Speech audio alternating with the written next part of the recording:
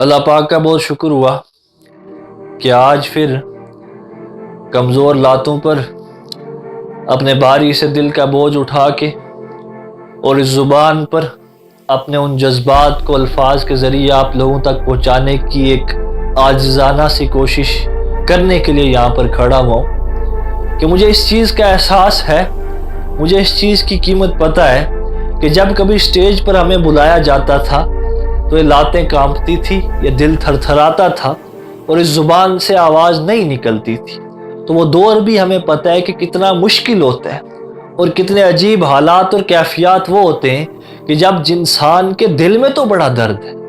انسان کے اندر تو بڑے جذبے ہیں، انسان کے اندر تو بڑا ویژن ہے، بڑا خواب ہے، بڑا فلسفہ ہے، بڑی داستان ہے، بڑی کہانی ہے، لیکن اس کے پاس الفاظ نہیں کہ ان کو بیان کر سکے، اس کے پاس وہ طاقت نہیں کہ اس کو لوگوں کے سامنے رکھ سکے، اس کے پاس وہ مزاج نہیں، وہ جذبہ نہیں کہ اس کو الفاظ کے ذریعے لوگوں تک پہنچا سکے۔ تو اس لیے وہ لوگ جن کے پاس یہ صلاحیت ہے، جن کے پاس یہ خوبی ہے کہ بڑی آسانی سے اپنے جذبات کو لوگوں میں بیان کر دیتے ہیں، بہت بڑی نعمت ہے، بہت بڑی نعمت ہے کہ جس کو ہم شاید نہیں سمجھ پا رہے۔ اس انسان سے اس کی قیمت پوچھی جائے کہ جس نے کوشش تو کی لیکن پھر بھی اس کی بات لوگ نہ سمجھ سکے، اس لیے نہیں کہ اس کے جذبے میں کمی تھی، اس لیے نہیں کہ اس کے ویژن میں کمی تھی، اس لیے نہیں کہ اس کے دل میں درد کم تھا، بلکہ اس لیے کہ الفاظوں نے ساتھ نہ دیا، بلکہ اس لیے کہ زبان میں وہ تاثیر پیدا نہ ہو سکی کہ جو لوگوں کے دل کو ایڈریس کرتی، جو لوگوں کے دماغ کو متاثر کرتی۔ تو ایک بہت بڑی نعمت ہے کہ جس کو بولنے کی صلاحیت دے دی گئی۔ میں بس اس چیز کا شکر ادا کرنا چاہتا ہوں اور جو آج کا ٹاپک ہے اس کی طرف چلنا چاہتا ہوں، اور وہ یہ کہ آج مسلمانوں کا ہندوستان میں کیا پلیٹ فارم ہے، کس مقام پر وہ اس وقت کھڑے ہیں اور وہ کہاں سے یہاں پر آئے ہیں۔ دو چیزوں کے بارے میں بات کرنا چاہتا ہوں، ایک ایکسٹرنل ایلیمنٹ مسلم کمیونٹی کو لے کے، مسلمانوں کو لے کے ہندوستان کے کانٹیکسٹ میں، اور دوسرا انٹرنل کانسیپٹ ایک مسلمان کو لے کے کہ اس وقت ایسے نازک دور میں وہ کون سا ایٹیٹیوڈ تھا، وہ کون سا مزاج تھا، وہ کون سا فلسفہ تھا جو اس نے اس وقت اختیار کرنا تھا، وہ کون سا مائنڈ سیٹ تھا جو اس وقت اس نے اپنے آپ پر اپلائی کرنا تھا، اور وہ کون سا ایٹیٹیوڈ تھا جو اس نے اس وقت باہر کے لوگوں سے انٹریکٹ کرنے کے وقت اپنے آپ پہ لاگو کرنا تھا، اپنے آپ پر اپلائی کرنا تھا۔ تو دو چیزیں ہو گئی، ایک وہ ایکسٹرنل ایلیمنٹ مسلم کمیونٹی کا، مسلمان لوگوں کا، کہ جو ہندوستان میں تھا، جو ہندوستان میں ہے، ان کا مقام کیا ہے، وہ فرنٹ لائن پر ہیں، وہ کہیں بیک میں کھڑے ہیں، وہ کہاں ہیں، وہ کیا ہیں، اور اس کے بعد دوسرا وہ ایلیمنٹ کہ ابھی کیا کرنا ہے، وہ ایک اسپرچول ایلیمنٹ کہ اس نازک سے دور میں جہاں مسلمان کو لگتا ہے کہ مجھے کیوں ایڈریس کیا جا رہا ہے، میں ہی کیوں ان میں سے کہیں الگ لگتا ہوں، میرے اوپر ہی کیوں ہر بار بات آتی ہے، میں ہی کیوں، تو اس میں اس کا جواب کہ جارج برنارڈ شاہ نے کہا نا کہ جب میں قرآن پڑھتا ہوں تو اس سے زیادہ بہتر کتاب مجھے کوئی نہیں لگتی، لیکن جب میں مسلمانوں کو دیکھتا ہوں تو اس سے زیادہ بدتر قوم مجھے کوئی نظر نہیں آتی۔ تو وہ کون سی ایسی چیز تھی؟ حضرت عمر رضی اللہ تعالیٰ عنہ بڑے صاف اور بڑے سادہ الفاظ میں کہتے ہیں کہ ہم ایک ذلیل قوم تھے، ہمیں اللہ نے عزت اسلام کے ذریعے دی، ہم بھی تو اسی اسلام کے ماننے والے ہیں نا، ہم بھی تو وہی چیزیں فالو کرتے ہیں نا، ہمارا نبی بھی تو وہی ہے نا صلی اللہ علیہ وسلم۔ پھر وہ کیا مسئلہ ہو گیا کہ جس اسلام نے ان کو عزتیں دی، ہم اسی اسلام کے نام پر نعوذ باللہ خوار ہوتے جا رہے ہیں، بے عزت ہوتے جا رہے ہیں۔ اب دو ہی پہلو یہاں سے اٹھتے ہیں، یا تو حضرت عمر رضی اللہ تعالیٰ عنہ نعوذ باللہ جھوٹ بول رہے تھے، اور یا پھر ہمیں وہ اسلام سمجھ نہیں آیا کہ جس نے پرانی قوموں کو عزتیں بخشی تھی۔ حضرت عمر رضی اللہ تعالیٰ عنہ کی زندگی سے، ان کی زندگی کی کارگزاریوں سے، ان کی انصاف کی کہانیوں سے، ان کے جذبے سے، ان کے فاقوں سے، ان کے لائف سٹائل سے ایک بات تو ہر انسان سمجھ جائے گا، ہر انسان ڈرائیو کر لے گا، اور وہ بات یہ ہے کہ ان جیسی شخصیت جھوٹ تو نہیں بول سکتی۔ تو آپشن ایک ہی بچا، اور وہ یہ کہ ہمیں وہ اسلام سمجھ نہیں آیا جو ان کو سمجھ آیا تھا، ہم اس اسلام کو فالو نہیں کرتے جس کو وہ فالو کرتے تھے۔ تو تھوڑا سا میں آئیڈیا دینا چاہتا ہوں کہ جس چیز کے بارے میں بات کرنا چاہتا ہوں کہ ایک وہ ایکسٹرنل ایلیمنٹ، ایک وہ مقام، ایک وہ پلیٹ فارم کہ جہاں پر مسلمان آج ہندوستان میں کھڑے، اور پیچھے سے جو ایک پوری داستان ہے ان کی مسلمانوں کی ہندوستان کے اس کانٹیکسٹ میں لے کے وہ کیا ہے۔ اور اس کو لے کے میں ایک بات پہلے ہی کلیئر کر دینا چاہتا ہوں کہ India does not exist without the presence of the community of Muslims. Muslim community کے بغیر ہندوستان کا کوئی وجود نہیں۔ مجھے اس بات کا پورا علم ہے کہ میری باتیں دور دور تک جانے والی ہیں، مجھے اس بات کا پورا علم ہے، اور اسی لیے بڑی ذمہ داری سے ایک بار پھر سے بولنا چاہتا ہوں کہ there is no existence of the country named India without the existence of Muslims, without the existence of Muslim community۔ بڑی ذمہ داری سے یہ بات کہہ رہا ہوں، اور میں کوشش کروں گا کہ میں اپنی زبان اور اپنے جذبات کو ذرا پیچھے رکھ کے ان فیکٹس اینڈ فگرز کو، ان ایویڈنسز کو، ان کہانیوں کو، تاریخ کے ان واقعوں کو سامنے رکھوں کہ جو بھولے بلائے نہ جائیں گے، جو مٹانے کی کوشش کرنے کے بعد بھی مٹائے نہیں جائیں گے۔ ان واقعوں کے آدھار پر، ان واقعوں کے بیسس پر، ان انسیڈنٹس کے بیسس پر میں بات کلیئر کروں گا کہ مسلمان وہ قوم تھی کہ جس کے بغیر ہندوستان ایگزسٹ نہیں کرتا تھا، اور اگر یہ چلے جائیں، ان کی موجودگی یہاں پر نہ ہو تو ہندوستان نہیں رہے۔ بڑی ذمہ داری سے یہ بات کہہ رہا ہوں۔ تو دو ٹاپکس ہیں جو میں آج ایڈریس کرنا چاہ رہا ہوں، بلکہ ایک ہی کوائن کے وہ دو چہرے ہیں، ایک ایکسٹرنل ایلیمنٹ، ایک تھوڑا سا انٹرنل ایلیمنٹ، ایک باہر قوم کی طرف آنا کہ ہمارا کیا باہر سٹیٹس ہے، اور دوسرا کہ سٹیٹس تو جو بھی ہے ٹھیک ہے، اب ہماری کیا ذمہ داری تھی، ہمارا کیا ایٹیٹیوڈ تھا جو اس وقت ہم نے اپلائی کرنا تھا، اور کیسے ڈیل کرنا تھا ان باہر والی چیزوں سے، ان باہر والے لوگوں سے، اس ظلم سے جو ہم پر ہوتا آ رہا ہے یا آج اگر ہو بھی رہا ہے۔ یہ سب چیزیں آج میں ایڈریس کرنے چاہ رہا ہوں۔ بھگت سنگھ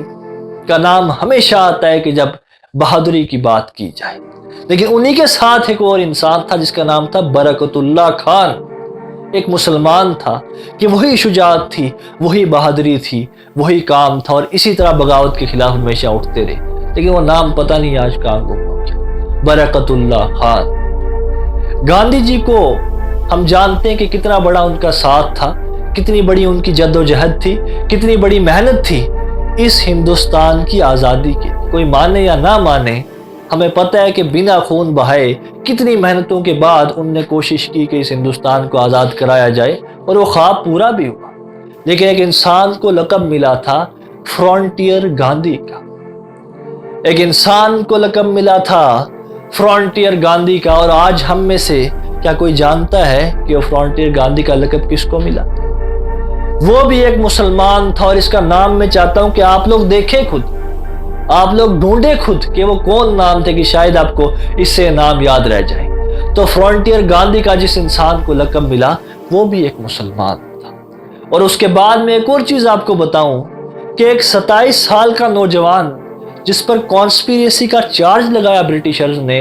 اور اس کو باہر سب کے سامنے پھانسی لگا دی گئی، اس 27 سال کے نوجوان کا نام اشفاق اللہ خان تھا۔ ایک مسلمان نوجوان کہ جس پر چارج لگایا گیا کہ ہمارے خلاف سازشیں ہو رہی ہیں،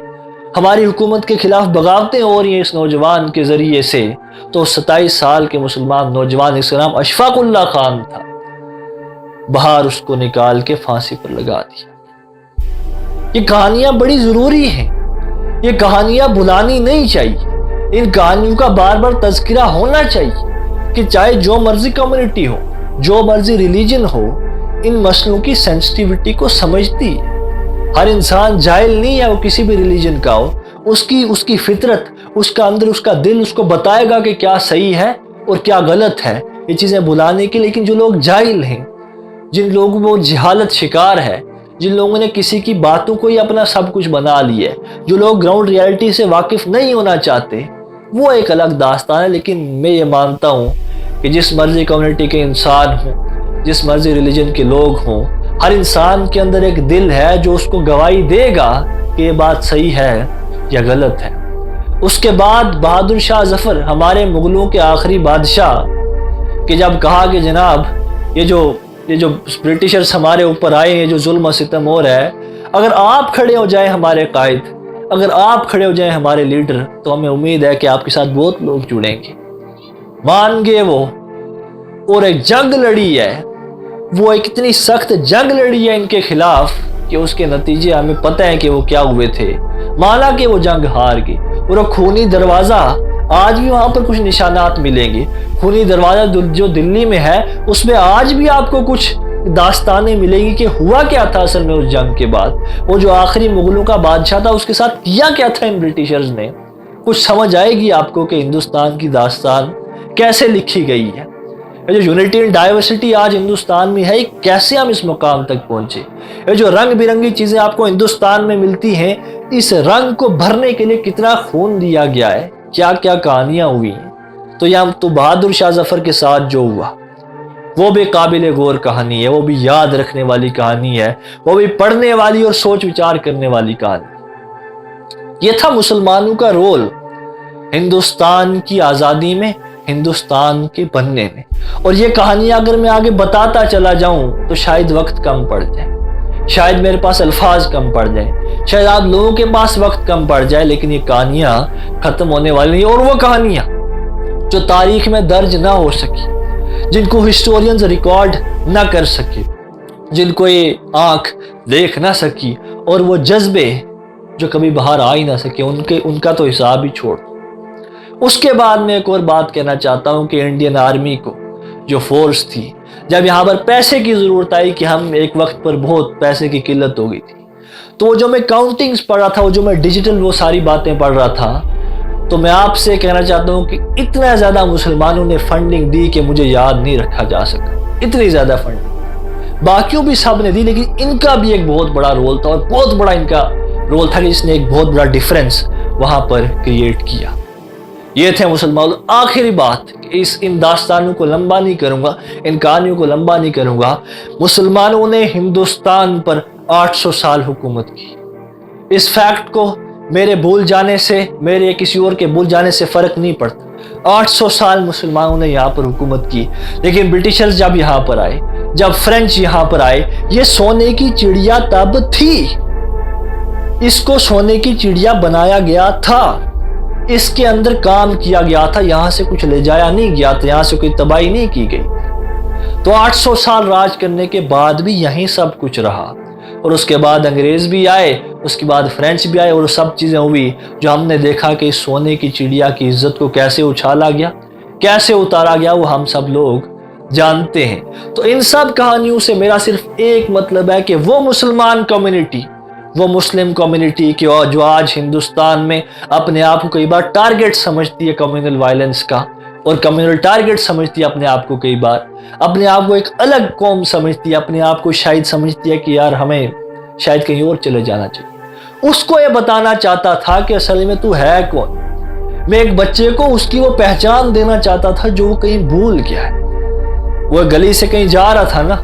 لیکن لوگ اس کو پہچانتے نہیں تھے، لوگوں نے اس کو ایسے ٹریٹ کرنا شروع کر دیا، لیکن جب پتا چلا اس بچے کو کہ میری پہچان کیا ہے، تو مسکرانے لگا لوگوں کی باتوں پر، کہ اس کو اپنی پہچان پتا چل گئی تھی، لوگ جو مرضی کی۔ تو میں آج مسلمان کو جو آئیڈینٹی کرائسس کا شکار ہو گیا ہندوستان میں، اس کو اس کی پہچان دینے کی کوشش کر رہا تھا کہ تو فرنٹ لائن پر کھڑا ہے، یہاں پر تو فرنٹ لائن سٹیزن ہے یہاں کا، تیرے بغیر یہ کنٹری نہیں ایگزسٹ ہی نہیں کرتی ہے، تو کس چیز کے لیے پریشان، تجھے کیوں دلیل دینے کی کوشش ہمیشہ وہ ضرورت رہتی ہے، تو ہے، تو تھا، تو نہیں ہوگا تو یہ بھی نہیں ہوگا۔ تو یہ وہ باتیں تھی، جو کچھ قصے، کچھ کہانیاں، کچھ فیکٹس جو میں آپ سب کو بتانا چاہتا تھا، بلکہ بتانا بھی نہیں بلکہ یاد کرانا چاہتا تھا، جو شاید کہیں بھول گئے۔ ذمہ دار ہم ہی ہیں کہ جہالت اتنی ہے کہ اتنا بھی ٹائم نہیں کہ اپنی تاریخ اٹھا کے کبھی دیکھ لیں۔ اب ذرا دوسرے ایلیمنٹ پر آؤں گا کہ آج اگر نبی رحمت صلی اللہ علیہ وسلم ہمارے بیچ میں ہوتے، آج اگر ہمارا ایک ویسا سیٹ اپ ہوتا، اس وقت ہمیں کیا کرنے کا حکم دیا جا رہا ہوتا، وہ کون سا ایسا ایٹیٹیوڈ تھا جو اس وقت ہمیں اپلائی کرنا تھا۔ تو میں آج آپ سے یہ نہیں پوچھوں گا کہ نماز میں آمین زور سے کہنی ہے یا آہستہ کہنی ہے، آج میں نہیں پوچھوں گا کہ ٹخنے ننگے ہونے چاہیے نہیں ہونے چاہیے، میں آپ سے ایک سوال کرنا چاہتا ہوں کہ نبی رحمت صلی اللہ علیہ وسلم کی زندگی کی سب سے بڑی سنت کیا تھی؟ ذرا سوچیں، آپ بھی سوچیں کہ نبوت سے پہلے بھی وہ کون سا ایسا کام تھا نبی پاک کرتے رہے، نبوت کے بعد بھی مرتے دم تک ہمیشہ کرتے رہے؟ وہ کون سی سب سے بڑی نبی رحمت صلی اللہ علیہ وسلم کی سنت تھی؟ اس سنت پر میں آؤں گا، لیکن اس سے پہلے ایک بات آپ کو بتا دوں۔ صحابہ کرام رضی اللہ تعالیٰ عنہ کہتے ہیں کہ ہم نے نماز سے پہلے اسلام سیکھا، ہم نے نماز سے پہلے اسلام سیکھا۔ اور ایک اور بات بتا دوں آپ کو کہ نماز کا حکم بھی بعد میں آیا ہے، شراب کو حرام بھی قرار بعد میں دیا گیا ہے۔ وہ پہلی کیا چیزیں تھیں، وہ کیا ایلیمنٹس تھے جو سکھائے جا رہے تھے؟ پھر اس کے بعد نبی رحمت صلی اللہ علیہ وسلم نے غار ہرا میں اتنے سال کیا کیا ہے؟ میں آپ سے پوچھتا ہوں کہ وہ کہانیاں یا پھر وہ چیزیں، وہ ایلیمنٹس جس پر شاید نہ آپ نے کبھی غور کیا نہ میں نے غور کیا، ضرورت ہے ان پر کرنے کی، کہ وہ فاؤنڈیشن انہی مقام پر بنی ہے۔ وہ جو ہے ایک مکان کی فاؤنڈیشن، وہ پلر وہیں پر سٹرونگ کیے گئے، وہ بنیاد نہ ہوتی تو بڑی سے بڑی عمارت گر جاتی۔ وہ غار ہرا میں کیا کرتے رہے؟ بھرپور جوانی میں کیا کرتے رہے کہ جب بھرپور جوانی تھی، لوگوں کا وشواس تھا، بزنس اچھا تھا، سب اچھا تھا، وہ سب چھوڑ چھاڑ کے اکیلے پہاڑ میں جا کے پورا دن کتنے سالوں کے لیے بیٹھے رہنا، وہ کیا تھا؟ آج ہم سب قرآن بھی جانتے ہیں، نماز بھی جانتے، لیکن شاید اسلام کو نہیں جانتے کہ اسلام کیا ہے، وہ فلسفہ کیا ہے، وہ بنیاد کیا ہے، وہ بنیاد بھول گئی۔ اس لیے ہماری عمارت کی جب بنیاد تھی نہیں، وہ چھوٹے سے اٹیک سے بھی گرتی ہے، وہ کسی کی بات سے بھی گرتی ہے، وہ شک میں پڑ جاتی ہے بات۔ تو ہم نے اسلام کو نہیں سیکھا، اس بنیاد کو نہیں ہم نے سیکھا، اس فلسفے کو نہیں ہم نے سیکھا کہ جس کے اوپر نماز پڑھنی تھی۔ نماز کس لیے؟ کہ اللہ کو یاد کرو، اللہ کے ساتھ ایک رشتہ قائم کرو، لیکن یہی نہیں پتا کہ اللہ کون ہے، اللہ کے ساتھ رشتہ کیوں قائم کرنا ہے۔ وائے والا ایلیمنٹ تھا ہی نہیں کہ انسان کچھ بھی کرتا ہے اس کے پیچھے ایک وجہ ہوتی ہے۔ لیکن ہمارے مسلمان ہونے کے پیچھے وجہ صرف یہ ہے کہ مسلمان گھر میں ہم پیدا ہوتے ہیں، اور یہ کوئی خاص وجہ نہیں ہے، اس سے جذبے نہیں آتے، اس سے انقلاب نہیں آتے۔ تو ہمارے پاس وہ وجہ تھی ہی نہیں، وہ جو اپنے آپ کو اسلام کے لیے پہلے تیار کرنا تھا، اسلام کی عظمت کو دل میں جگانا تھا، اور اسلام کیوں دیا گیا، اسلام پر فالو کیوں کرنا ہے، ان سارے کانسیپٹس کو پیچھے رکھ کے نماز میں آمین آہستہ یا تیز پڑھنی ہے، اس پر لڑائیاں ہوتی رہی، ٹخنوں اوپر رہیں گے یا نیچے رہیں گے، اس پر لڑائیاں ہوتی رہی، اور ہر انسان نے اپنی اپنی رائے دی۔ میرے حساب سے مجھے لگتا ہے کہ ایسا ہوگا، میری رائے ہے کہ ایسا ہوگا۔ ارے تم سے کس نے رائے مانگی؟ جب ان صحابہ سے کہ جن نے دنیا کو فتح کیا کوئی رائے مانگنے آتا تھا تو جواب کیا دیتے تھے؟ جواب یہ آتا تھا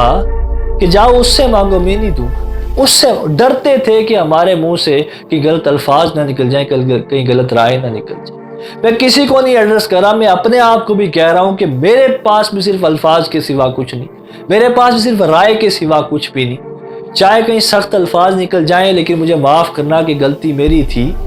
کہ میں ہی شاید اپنے آپ کو کنٹرول نہ کر سکا، اور میں کہتا ہوں کہ میں بالکل اس الزام میں فٹ آتا ہوں کہ میرے پاس بھی رائے کے سوا کچھ بھی نہیں تھا، عمل میرے بھی صحیح نہیں تھے، نیتیں میری بھی صحیح نہیں تھی، صبح و شام میرے بھی کوئی نیکی میں نہیں گزرتے تھے۔ ہم سب ذمہ دار تھے، اس کو اکاؤنٹیبلٹی لینے کا ٹائم شاید آ گیا ہے، اور اللہ نے کہا کہ وہ کام جو دے کے ہم نے تمہیں بھیجا تم نہیں کرو گے تو ہم تمہیں بدل دیں گے۔ اللہ کو تو ہماری ضرورت نہیں تھی، ہمیں اس کی ضرورت تھی۔ تو میں یہ بنیادی بات کرنا چاہ رہا تھا کہ اسلام کی عظمت کو ہم نہ جان سکے، نماز کیوں پڑھنی ہے اس چیز کو ہم نہ جان سکے، اور ایک لمبا کانسیپٹ ہے، لیکن وہ آئیڈیا شاید میں نے آپ کو دے دیا جو میں کہنا چاہ رہا ہوں۔ اب دوسری بات میں واپس اس پر آنا چاہتا ہوں کہ وہ ایٹیٹیوڈ جو مسلمانوں کو آج ایک ہندوستان جیسے دیش میں اپنے آپ پر اپلائی کرنا تھا، فالو کرنا تھا، وہ کیا تھا؟ تو میں کہہ رہا تھا کہ نبی پاک صلی اللہ علیہ وسلم کی سب سے بڑی سنت کیا تھی؟ کیا سوچا ابھی تک آپ نے کہ جو ادھورا سوال میں نے پہلے چھوڑ کے گیا تھا کہ وہ سب سے بڑی سنت کون سی تھی نبی رحمت صلی اللہ علیہ وسلم کی، کہ پہلے بھی وہ سنت پر عمل کرتے رہے ہیں، نبوت سے پہلے بھی اور نبوت کے بعد بھی؟ وہ سنت یہ تھی کہ ہمیشہ احسان کیا ہے، ہمیشہ لوگوں کی مدد کی ہے، ہمیشہ پیاسے کو پانی پلایا ہے، ہمیشہ بھوکے کو کھانا کھلایا ہے، ہمیشہ پھٹے ہوئے کپڑے والوں کو لباس دیا ہے۔ سب سے بڑی سنت نبی رحمت صلی اللہ علیہ وسلم کی، نبوت سے پہلے بھی نبوت کے بعد بھی، کہ اس انسانیت کے درد کو برداشت نہ کر سکے، کسی کو درد میں دیکھا تو اس کی مدد کرنے کی کوشش کی، گالیاں دی ہیں تو صبر کیا ہے، اور وہی گالی دینے والا، وہی تنگ کرنے والا جب بیمار ہو گیا تو اس کا پتہ کرنے کے لیے خود یہاں سے گیا۔ وَمَا أَرْسَلْنَاكَ إِلَّا رَحْمَةً لِلْعَالَمِينَ۔ کیا مطلب تھا اس کا؟ کہ ہم نے تو آپ کو رحمت پورے عالم کے لیے بنا کے بھیجا، پوری دنیا کے لیے، ہندو نہیں، مسلم نہیں، کرسچن نہیں، عیسائی نہیں، پورے عالم جو بھی اس میں آتا ہے اس کے لیے آپ کو رحمت بنا کر بھیجا۔ سب سے بڑی سنت کہ ہمیشہ مدد کی، ہمیشہ صبر کیا، ہمیشہ معاف کیا۔ اور ایک بات آپ کو بتا دوں کہ مسلمان تب تک ہی باقی رہیں گے جب تک اس سنت پر عمل رہے گا۔ ان کی عزتیں تب تک ہی برقرار رہیں گی جب تک یہ ایٹیٹیوڈ رہے گا کہ ہم دنیا میں کچھ لینے نہیں آئے، ہم دنیا میں دینے آئے، ہم دنیا میں کھانے نہیں آئے، ہم دنیا میں کھلانے آئے، ہم دنیا میں اپنی چاہے جیسی بھی زندگی گزرے لیکن سامنے والے کی زندگی بہتر ہونی چاہیے، اس کی تکلیف مجھ سے برداشت نہیں ہو سکتی۔ یہ والا ایٹیٹیوڈ تھا جو نبی رحمت صلی اللہ علیہ وسلم نے ہمیں دیا، اور ہمیں دنیا کی قیمت تو بتا دی تھی نا، صاف صاف کہا تھا نا ہمیں کہ ایک سمندر میں انگلی ڈال کے باہر نکالو، جو پانی اس انگلی میں لگ جائے وہ دنیا ہے، اور جو پانی باقی سمندر میں رہ جائے وہ آخرت ہے، وہ مرنے کی بعد کی زندگی۔ وہ لوگ کیونکہ جب کمر پر تیر لگے اور چھاتیوں پر تیر لگے کیوں اتنی خوشی سے بولے کہ ہم کامیاب ہو گئے؟ کیوں نہیں ہم سمجھ سکے کہ سب سے بڑی سنت نبی رحمت صلی اللہ علیہ وسلم کی کچھ اور تھی؟ ہم یہاں پر دینے آئے تھے، وہ دشمنوں کو بھی دینا تھا، وہ غیروں کو بھی دینا تھا۔ وہ ایٹیٹیوڈ جب ہوگا ہماری کھوئی ہوئی عزتیں ملیں گی ہمیں واپس، کھویا ہوا وقار ہمیں ملے گا واپس۔ ہم اگر فہرست میں کھڑے ہو جائیں کتنی گولیاں لگیں گی، کتنی لاشیں ہمیں اٹھائیں گی، وہ بھی تو انسان ہے نا آگے والا، کتنا ہی ہو جائے گا۔ ہمیں تو کوئی اور ایٹیٹیوڈ دیا گیا ہے، ہمیں تو کوئی اور لائف سٹائل دیا گیا ہے جو ہم آج بھول کے رہ گئے۔ بدلے والا لائف سٹائل ہمارا نہیں تھا، معاف کر دینا ہمارے مزاج ہوا کرتے تھے، دشمنوں کو بھی معاف کرنا ہمارے مزاج، خالی معاف ہی نہیں کرنا، ان کو تحفے بھی دیا کرتے۔ تو آج مسلمان جو نبی رحمت صلی اللہ علیہ وسلم کی سب سے بڑی سنت کے جس کو قبول کر رہ گیا کہ تو اس دنیا میں دینے آیا تھا، تو اس دنیا میں لوگوں کی مدد کرنے آیا تھا، اور جب تو اس سے پیچھے ہٹ گیا تو ذلت تیرا مقدر بن گئی۔ آج بھی وہ کھوئی ہوئی عزتیں واپس آ سکتی ہیں، آج بھی وہ کھویا ہوا وقار واپس آ سکتا ہے کہ اب مسلمان فیلڈ میں نکلے اور محنت کرے اس نیت سے کہ ضرورت مندوں کو میں ان کی مدد کروں گا، کہ جس کے پاس لباس نہیں ہے اس کو میں کپڑا دوں گا، جو بھوکا آج بھی سو گیا کل سے وہ بھوکا نہیں سوئے گا۔ صحابہ کی کمروں پر نشان دیکھو کس چیز کی گواہی دیتے ہیں کہ راتوں کو اٹھ اٹھ کے اپنی کمر پر غلہ اور اناج اور چاول رکھ رکھ کے لوگوں کے مکانوں کے باہر جا کے چھوڑ کے آتے۔ صحابہ کی کمروں پہ وہ نشان کیا داستان سناتے ہیں، کیا چیز ہمیں سکھاتے ہیں۔ نبی رحمت صلی اللہ علیہ وسلم کا بسترا جو اتنا سخت تھا کہ صبح نیند کھل جایا کرتی تھی، وہ بسترا ہمیں کیا داستان سناتا ہے۔ نبی رحمت صلی اللہ علیہ وسلم کی پراپرٹی کی جس میں وہ رہتے تھے وہ کتنی تھی، وہ پتہ ہے نا ہمیں۔ ساری عمر نبی رحمت صلی اللہ علیہ وسلم نے پیٹ بھر کے کھانا نہیں کھایا، وہ کون سی داستان تھی جو ہمیں سکھانا چاہتے تھے، وہ کون سا لیسن تھا جو ہمیں سکھانا چاہتے تھے جو ہم نہیں سیکھ پائے۔ آج بھی اگر قوم کو گمے رہنا ہے، آپس میں ہی لڑائیاں لگی رہنی ہے فرقے واریت میں، آمین آہستہ یا زور سے ہو گئی، سلوار اوپر یا نیچے رہ گئی، ٹوپی اس کلر کی یا اس کلر کی پہن لی، کوئی مسئلہ نہیں ہے۔ زندگی بہت چھوٹی سی ہے، اور اللہ کہتا ہے کہ میں اپنے بندے کو دیتا ہی اس کے گمان کے مطابق۔ ان چھوٹی چھوٹی آپس کی لڑائیوں میں ختم کرنا چاہتا ہے زندگی تو کر دے بھائی، فیصلہ تیرا ہے، لیکن اپنے آپ کو یہ مت کہنا کہ میں سنت پر عمل کرتا رہا، میں عاشق رسول تھا، میں یہ تھا، میں وہ تھا، یہ نہ کہنا پھر اپنے آپ کہ جس نے سمجھا نہیں نبی رحمت صلی اللہ علیہ وسلم کی زندگی کو، جس نے سمجھا نہیں کہ اللہ مجھ سے کیا چاہتا ہے، جس نے سمجھا نہیں کہ وہ 313 کی زندگی کیا تھی، کیسے زندگی گزارتے تھے وہ، جس نے نبی رحمت صلی اللہ علیہ وسلم کے اس کانسیپٹ کو نہیں سمجھا جو وہ دینا چاہتے تھے، ان کی ساری زندگی پڑھ کے تو اس نے کیا سمجھا۔ تو اپنی بات کو لمبا نہ کرتے ہوئے ان دو ایلیمنٹس کے بارے میں جو آپ سے بات کی، ایک وہ کہ مسلمانوں کا مقام ہندوستان میں کیا ہے، میں نے کوشش کی کہ جو الفاظوں کا ذخیرہ تھوڑا بہت میرے پاس تھا اس میں ان باتوں کو سمیٹ لوں، اور مجھے پتہ ہے کہ میں ناکامیاب رہا کہ ان باتوں کو نہیں سمیٹا جا سکتا۔ اور دوسری بات کہ ہمارا انر ابھی کیا ہونا چاہیے، ہمارا انر ایلیمنٹ ابھی کیسے کام کرنا چاہیے، ہماری بھی نیتیں کیا ہونی چاہیے تھی، ہمارا بھی ایٹیٹیوڈ کیا ہونا چاہیے تھا۔ ایز این انڈیویجول مسلم ہم نے ابھی کون سا رویہ اختیار کرنا تھا، نبی رحمت صلی اللہ علیہ وسلم کی وہ کون سی سنت تھی کہ جو آج ہم چھوڑ دیے گئے، جس کو ہم نے چھوڑ دیا اور ہم ذلیل ہو کر رہ گئے۔ اور نبی رحمت صلی اللہ علیہ وسلم، بات اپنی ختم کروں گا کہ جب واپس آئے نا پہلی وحی کے بعد، تو اماں خدیجہ رضی اللہ تعالیٰ عنہ جب پریشان دیکھا تو انہوں نے جب کہا نا کہ مجھے لگ رہا ہے مجھ پر جادو یا سایہ، تو اماں خدیجہ رضی اللہ تعالیٰ عنہ نے کیا کہا؟ وہ الفاظ کیا کسی کو یاد ہے؟ اللہ اکبر! آپ وہ ہیں جو بھوکوں کو کھانا کھلاتے ہیں، آپ وہ ہیں جو غریبوں کے حق میں ان کی مدد کرتے ہیں، آپ وہ ہیں جو جن کے پاس لباس نہیں ہے ان کو لباس دیتے ہیں، آپ وہ ہیں جو کمزوروں کا بوجھ اٹھاتے ہیں۔ ایسا کیسے ہو سکتا ہے کہ آپ کے ساتھ برا ہو جائے؟ ایسا کیسے ہو سکتا ہے کہ آپ پر کوئی ایسی چیز قابو ہو جائے؟ آج میں وہی چیز اپنی قوم کو، اس مسلمان قوم کو کہنا چاہتا ہوں کہ اگر تو صحیح تھا، تو نے اپنے دشمنوں کو بھی کھانا کھلایا، تو نے ان کے راستے میں بھی پھول بچھائے جنہوں نے کانٹے بچھائے، جو تیرے لیے تیری مارنے کی سازشیں کرتے رہے، تو تہجد میں ان کے لیے بھی دعائیں کرتا رہا، جو تیرے دل